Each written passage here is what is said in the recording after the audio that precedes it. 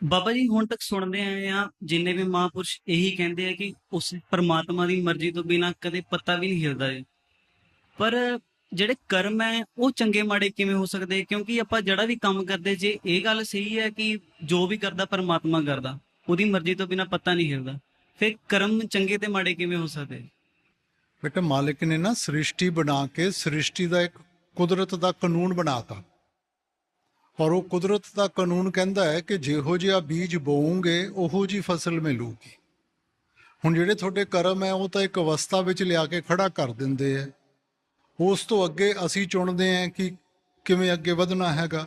सही भी चुन सकते हैं, गलत भी चुन सकते हैं। हुण कहण वास्ते असी कह दिंदे हैं कि सारा कुछ मालिक करदा, मनदा कौन है बेटा? आपां तां कदे नहीं किया कि जे मालिक चाहूगा तो मेरे मुंह जाके रोटी पा दूगा, मैं मंजे तो क्यों उठा। आपां उठ के कदम चुक के कोशिश करते हैं कि नहीं कोशिश करते बेटा? सो इस करके बेटा ਜਦੋਂ ਤੁਸੀਂ ਉਸ ਅਵਸਥਾ ਵਿੱਚ ਪਹੁੰਚ ਜਾਓਗੇ, ਜਦੋਂ ਤੁਸੀਂ ਮਾਲਿਕ ਵਿੱਚ ਇੰਨਾ ਵਿਸ਼ਵਾਸ ਰੱਖੋਗੇ, ਫਿਰ ਸਾਰਾ ਕੁਝ ਹੀ ਮਾਲਿਕ ਦੀ ਜ਼ਿੰਮੇਵਾਰੀ ਹੈ।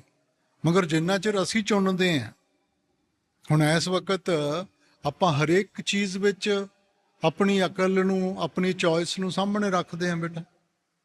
ਸਵੇਰੇ ਉੱਠ ਕੇ ਆਪਾਂ ਕੱਪੜੇ ਵੀ ਚੁਣਦੇ ਹਾਂ, ਕੀ ਖਾਣਾ ਹੈ ਉਹ ਵੀ ਚੁਣਦੇ ਹਾਂ, ਕੀ ਕਰਨਾ ਹੈ ਉਹ ਵੀ ਚੁਣਦੇ ਹਾਂ। ਹਰੇਕ ਚੀਜ਼ ਵਿੱਚ ਆਪਾਂ ਆਪਣੀ ਸੋਚ ਨੂੰ ਮਨ ਦੇ ਪਿੱਛੇ ਅਧੀਨ ਹੋ ਕੇ ਚੱਲਦੇ ਹਾਂ ਨਾ। ਜਿੱਦਣ ਮਨ ਕਾਬੂ ਵਿੱਚ ਆ ਗਿਆ फिर गाल ही खत्म होगी बेटा। बाबा जी, मैं किसी पे भी भरोसा कर लेती हूँ और फिर अटैच हो जाती हूँ। फिर वो अगर मेरे साथ गलत भी करते हैं तब भी मैं उन्हें छोड़ नहीं पाती।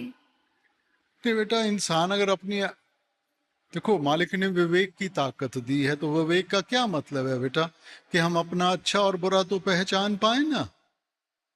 तो अगर हर वक्त कोई ना कोई हमें आके ऐसे तंग करेगा या हमारा फायदा उठाएगा, तो उसका तो फिर प्रभाव पड़ेगा ना मन के ऊपर। तो फिर हम नेगेटिविटी की तरफ जाएंगे। सो ध्यान से कदम उठाने चाहिए। बाबा जी, मैं दिखावा बहुत करती हूँ, उस वजह से मैं कभी कभी मुश्किलों में भी पड़ जाती हूँ।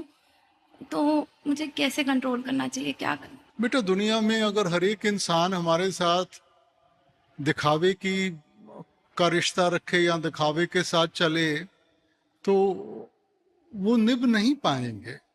तो वैसे ही हमारे ऊपर भी निर्भर है कि बेटा हम सच का सहारा लेके चलें, बजाय इसके कि दिखावे में पड़ के हम अपने आप अपने ऊपर और बोझ डाल के बैठ जाएं बेटा। बाबा जी, मैं दोस्तों के साथ शराबी कबाबी पढ़ चुका हूँ, आप मुझे बख्श लें।